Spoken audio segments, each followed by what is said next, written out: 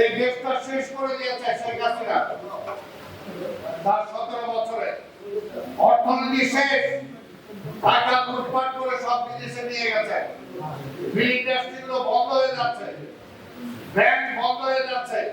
ঠিক এইরকম একটা অবস্থায় আমাদের নেতা তারেক রহমান আজকে যে বক্তব্য দিয়েছেন, যে কৃষকদের কথা তিনি বলেছেন, কৃষকের নাম আছে, এই দেশের শ্রমিক যদি নাম আছে, এই দেশের সাধারণ মানুষ যদি নাম আছে, কাকে দিয়ে আপনি রাজনীতি করবেন?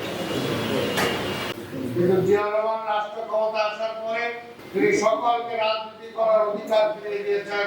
এই আওয়ামী লীগ সহ দীর্ঘক্ষণ আলোচনা হয়েছে, কারণ আমরা জানি সময় এসেছে আমাদের বিএনপিকে যখন মাঠে নামিয়ে দেয় নাই, বিভিন্নভাবে আমাদের কার্যালয় পুলিশকে দখল করে রেখেছিল, ইসলাম বা কোন নেতাকে দেখলেই গ্রেফতার করত, তখন এই ধরনের ছোটখাটো দলগুলো এই প্রেস ক্লাব, পল্টন, বিভিন্ন জায়গায় তারা সভা সমাবেশ করেছে, মিছিল করেছে, এবং সেটাতেই আবার আস্তে আস্তে আন্দোলন শুরু। কাজে যে দল যত ছোটই হোক না কেন, আন্দোলনে তার ভূমিকা অবশ্যই যতটুকু ছিল ততটুকু আমাদেরকে স্বীকার করতে হবে, স্বীকৃতি দিতেই হবে।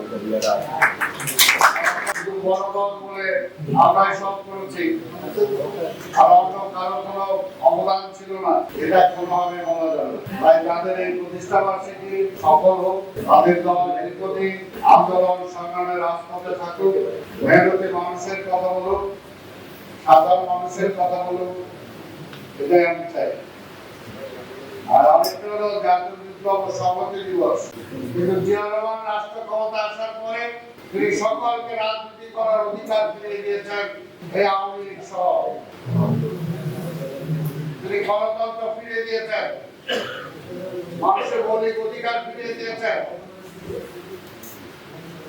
এবং প্রত্যেকটা জায়গায় ডিসিপ্লিন ফিরিয়ে দিয়েছেন। যে দেশে মানুষ না খেয়ে মারা গিয়েছেন, 2 বছরের মাথায় সে দেশের মানুষকে তিনি খাইয়েছেন, আবার বিদেশে চাল রপ্তানি করেছেন।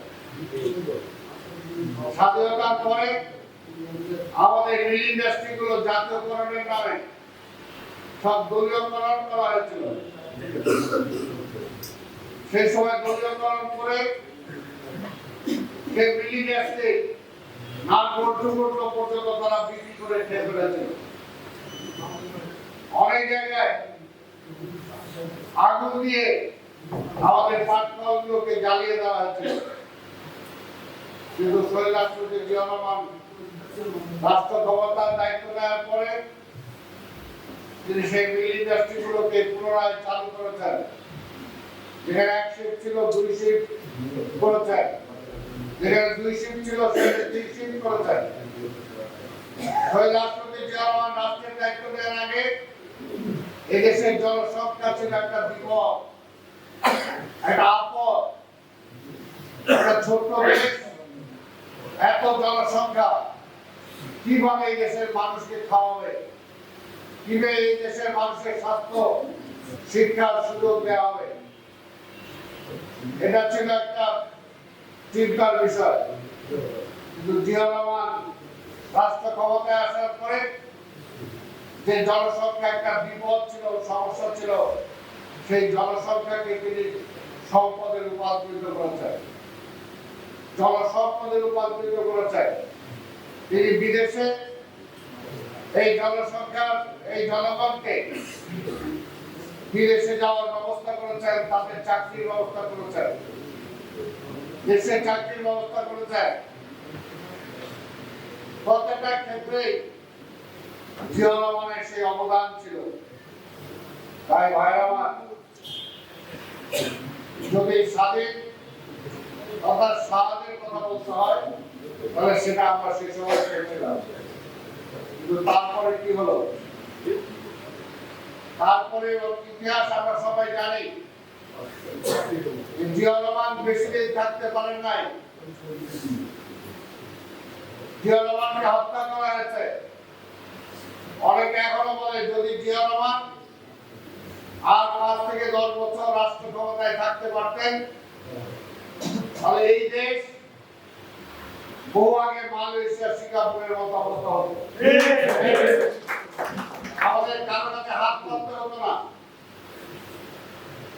জিয়া রহমানের মধ্যে সেই দেশপ্রেম ছিল, সেই ব্রেন ছিল কিভাবে দেশ চালাতে হয়, কিভাবে মানুষকে কাজে লাগাতে হয়, কিভাবে কৃষি বিপ্লব ঘটাতে হয়, কিভাবে শিল্প বিপ্লব ঘটাতে হয়, কিভাবে শিক্ষাঙ্গনের পরিবেশ ফিরিয়ে আনতে হয়, ছাত্রদেরকে শিক্ষাঙ্গনে পাঠানো যায়। তিনি প্রতিটা ক্ষেত্রে সেই চিন্তা করেছেন। সেই কারণে বাংলাদেশে এখনো সবচেয়ে জনপ্রিয় নেতা হলো জিয়া রহমান। এর আগে আমরা ভোট করেছি, আওয়ামী লীগ ভোট করেছে তাদের নেতা শেখ মুজিবের ছবি সামনে নিয়ে, আমরা করেছি আমাদের নেতা জিয়া রহমান আর খালেদা জিয়ার ছবি সামনে নিয়ে। বারবার নিরপেক্ষ নির্বাচনের মধ্যে প্রমাণ হয়েছে যে বিএনপি সবচেয়ে জনপ্রিয় দল, আর বিএনপির নেতা শহীদ জিয়া হলো সবচেয়ে জনপ্রিয় নেতা। এটা কোনো আইন পাস করে করতে হয় নাই, জোর করে করতে হয় নাই। জিয়া রহমান তার কাজের মধ্য দিয়ে সেটা প্রমাণ করেছে। আজকেও দেশের যে অবস্থা, স্বাধীনতার পরে ৭২ থেকে ৭৫ যেমনি দেশকে ১২টা বাজিয়ে দিয়েছিল, গত ১৭ বছরে এই আওয়ামী লীগ ক্ষমতায় এসে আবার দেশের প্রতিটা সেক্টরে ১২টা বাজিয়ে দিয়েছে। স্বাধীনতার পরে যেমনি চুরি, বাটপারি, রাজধানী, ছিনতাই, হাইজ্যাকিং, গুম, খুন যা যা করেছিলেন, তার বাবাকে সফলভাবে ফলো করেছেন শেখ হাসিনা। ইতিহাস থেকে শিক্ষা দেন নাই যে তার বাবা এটা করেছিল বলে তার পরিণতি কি হয়েছিল, সেটা না শিক্ষা গ্রহণ করে সেই একই পথে হেঁটেছিলেন বলেই দেশের ১২টা বাজিয়ে গেছে, আজকে নিজেরও ১২টা বাজছে। এত কিছু বলছে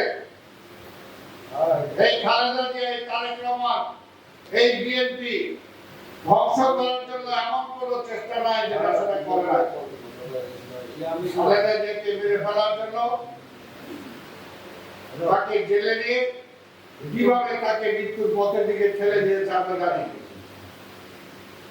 আমাদের নেতা তারেক রহমানকে মেরে ফেলার জন্য চেষ্টা করা হয়েছে।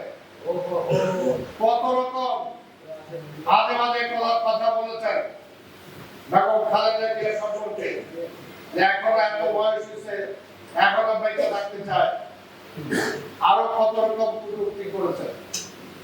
আজকে আল্লাহর কি অশেষ মহিমা, বেগম খালেদা জিয়া কি দেশে আছে, মহাকবিতে আছে, সম্মান নিয়ে আছে, আর শেখ হাসিনা আজকে কোথায়? পালায় যেতে বাধ্য হয়েছে, পালায় যেতে বাধ্য হয়েছে। এবং খুব অপমানিত ভাবে পালাইতে হয়েছে। এর জন্যই জোর করে কখনো কোনো মর্যাদা আদায় করা যায় না, সম্মান আদায় করা যায় না। শেখ হাসিনা সেই পথে বেঁচে যায়। তাই আমরা বলবো আজকে একটি দল বিএনপির বিরুদ্ধে উঠে পড়ে গেছে।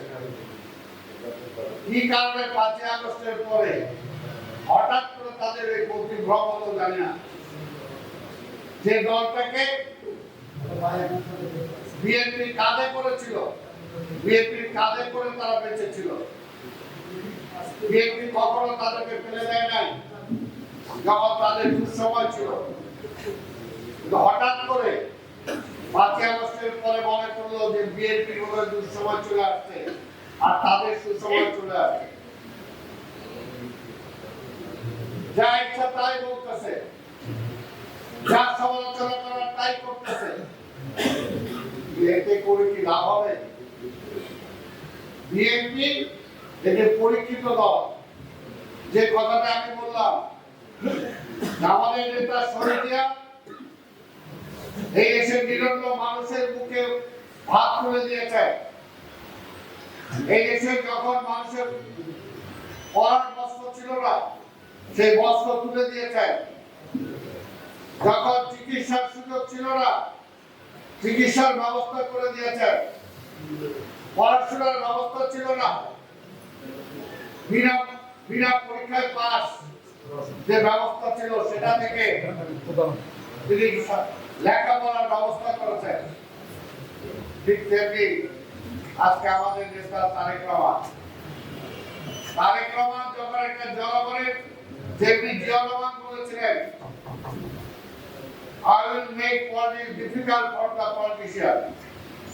এই কথাটা অন্যভাবে বিকৃতি করা অনেকে চেষ্টা করেছে, কিন্তু জিয়া রহমান কেন বলেছিলেন যে আপনি মন্ত্রী হবেন, আপনি নেতা হবেন, আর ঢাকা শহরে এয়ার কন্ডিশন গাড়িতে ঘুরবেন, এয়ার কন্ডিশন বাড়িতে ঘুমাবেন, আর এলাকার লোকজনের খবর রাখবেন না, সেটা হবে না, সেটা হবে না। জিয়া রহমান যখন একজন রাষ্ট্রপতি হিসাবে বুক পানিতে নেমে গিয়েছেন, তখন স্বাভাবিকভাবে কোনো ডিসি, কোনো এসপি, কোনো এমপি, কোনো মন্ত্রী ওই রাস্তায় দাঁড়ায়, উপরে দাঁড়ায় তাকে থাকার সুযোগ ছিল না, তাকেও নাম করেছে। জিয়া রহমান রাজনীতিটাকে মানুষের দাঁড় করায় নিয়ে গেছেন। যেগুলো একটু আগে এখানে আলোচনা হয়েছে, একজন বলেছেন যে কৃষকের ঘরে গেলে তিনি কি বলেছেন, অর্থাৎ রাজনীতিটাকে মানুষের দাঁড় করায় নিয়ে গেছেন। ঢাকা শহরে বসে থেকে রাজনীতি হবে, এমপি হবে, মন্ত্রী হবে, ওই পদটা তিনি বন্ধ করে দিয়েছিলেন। সেই কারণে জিয়া রহমান এই দেশের মানুষকে খাওয়াইতে পারছিলেন, পড়াইতে পারছিলেন, দেশে একটা বিপ্লব ঘটাইতে সক্ষম হয়েছিল। আজকে ঠিক তেমনি এই দেশটা শেষ করে দিয়েছে শেখ হাসিনা তার 17 বছরে। অর্থনীতি শেষ, টাকা লুটপাট করে সব বিদেশে নিয়ে গেছে, মিল ইন্ডাস্ট্রিগুলো বন্ধ হয়ে যাচ্ছে, ব্যাংক বন্ধ হয়ে যাচ্ছে।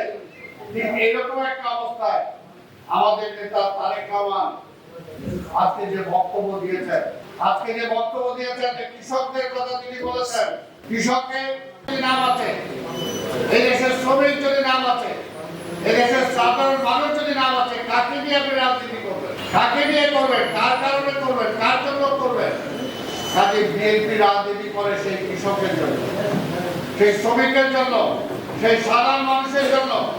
সেই কারণে বিএনপি নেতা তারেক রহমান আগেই পরিকল্পনা করে রেখে দিয়েছেন যে বিএনপি যদি ক্ষমতায় যায়, তাহলে আওয়ামী লীগ যেরকম ওই যে কার্ডের ব্যবস্থা করেছিলেন, সেই কার্ডটা সাধারণ জনগণের জন্য তিনি রেশনিংয়ের ব্যবস্থা করবেন। আজকে চাল, ডাল, তেল, লবণ, নিত্য প্রয়োজনীয় যে জিনিস, এটা যদি আমি মানুষকে দিতে পারি, মানুষের তো না খেয়ে মারা যাবে, খাবারের অভাব তার হবে না। এই কয়টা জিনিস যদি আমি ন্যায্য মূল্যে তাকে পৌঁছায় দিতে পারি, আবার এটার দাম যদি কেউ বাড়াতে না পারে, তাহলে অন্তত দেশের মানুষ শান্তিতে থাকে। সেই চিন্তা তিনি করেছেন, সেই কারণে চিন্তা করেছেন যে আজকে আলুর কৃষক যারা আলু উৎপাদন করে, আজকে 1 বছরে কত শত কোটি টাকা তাদের ক্ষতি হচ্ছে, এই ক্ষতির টাকা কে দিবে? আপনি বিভিন্ন ইন্ডাস্ট্রিতে ক্ষতি হলে সেটা থোক বরাদ্দ দেন সরকার, সেই টাকা কে পায়? সাধারণ শ্রমিক পায় না, সাধারণ কোনো কৃষক পায় না।